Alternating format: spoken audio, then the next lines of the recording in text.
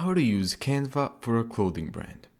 Now, unlike our last video where we used GIMP, not only you can use Canva to make a design or just to put a design onto a t-shirt, you can also use Canva's website and you can make a hyperlink for a payment section. Canva is very powerful when it comes to versatility. Blank shirt. Let's do this one. Let's copy image and let's paste it. Let's just grab this image. Say you want an image of a cat on your shirt, and there you go.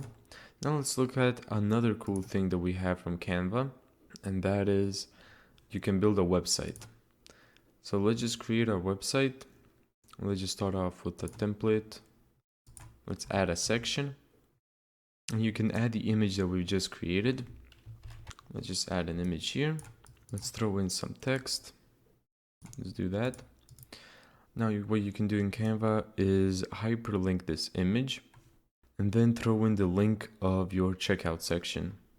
Now a great website for this is SquareUp.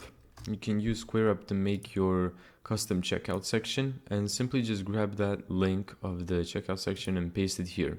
And then when people come to your website, they click on this icon, they're going to be taken to the checkout section where they can buy your shirts.